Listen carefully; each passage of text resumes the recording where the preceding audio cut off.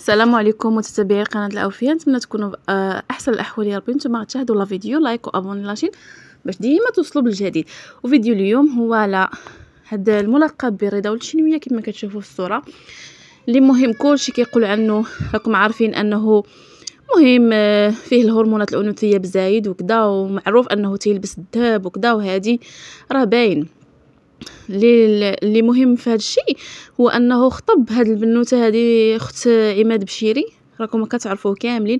هو راه معروف في السوشيال ميديا، هو واختو كانوا بداو في التيك توك وكان كان كيعيب دنيا باطمه، كيدير لي فيديو ديالها وداك الشيء، زعما داك الشيء ديال الضحك وهذا، وتعرف بزاف. الو هاد البرخوشه هذه مسكينه راه في عمرها واقيلا شي 16 ولا 17 عام. تصوروا معايا انسان قدو قداش، بلا ما نبقى ندير الالقاب وداك الشيء. المهم انتما كتشوفوا جثه تبارك الله، ومدوز بزاف في الدنيا، وعنده سوابق وعنده الدوسي ديالو كما كيقولوا خانز، الدوسي ديالو خانز. فغينوض يشوف وحده في مقتبل العمر ديالها صغيره، مازال ما قالت بسم الله في الدنيا، راه عاد هاد البرهوشه يلاه عاد بدات كتحل عينيها، راه كانت مع خوها في التيك توك صغيره، يلا حتى هي بدات تصبغ في الشعورات ودير هادشي المكياج وهادشي صافي.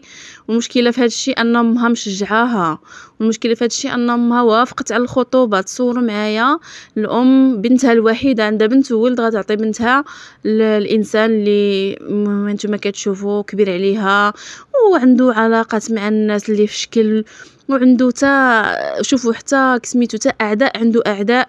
كما كتعرفوا انه كان خاطب ديك حريوده متنا دا حسي، وراها نايضه في الفيديوهات كتهضر وزعما كتنصح البنت وكتقول لها عندك تجوجي به، راه ما صالحلكش، راه كدا راه كدا، راه مبنت، راه هادي، كلشي كينصح هاد البنت هادي.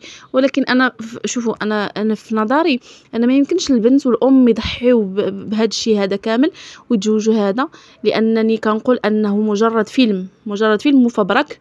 الحلقه ديالو بدات، راكم عارفين الانسان كيبغي يدير شويه البوز، يدخل شويه الصرف، كينوض يختار بالاخص في السوشيال ميديا ديال المغرب ديالنا، كيختار شي ستوري فيك وكيبقى يخدم عليها. الو هما كيما دار مع حريوده، هما غيمثلوا انهم مخطوبين وغيمثلوا انهم غيتزوجوا، والناس غتبقى دير عليهم الفيديوهات وراهم بداو كيديروا الفيديوهات، بغا يبداو يهضروا عليهم كذا. كاين اللي معارض، كاين اللي كيسب، كاين اللي هذا، كاين اللي هذا، يعني هما خالقين مدخلين الصرف. الو وانا كيبان لي هادشي غير تمثيل، يعني مجرد حيتاش الام ما يمكنش تعطي بنتها مسكينه صغيره 16 عام او 17 عام مازال حتى ما دارت لاكارت وغتعطي بنتها الانسان اللي في الربعينات ولا ما عرفاش ومبنات وبزاف د الحوايج. داكشي بينو وبين زعما داكشي خلقت الله، ولكن ما نعيبوش. ولكن بقى فيك الحال ان زعما لاش هادشي، وبالاخص البنت كتبان عرفتو كتحس بها انها ما باغاش، وانها كتحس بالاشمئزاز ملي كتكون معاه هكا في الفيديوهات، كنحس انها مشمئزه منه، يعني بحال دايره داكشي غصبا عنها وبحال متصنعه بزاف. الوغ المهم وكما شفتوا هو خلاص راه مدخل الصرف مع راسو. هو اخر حاجه شراها هي هاد الكات هيونداي.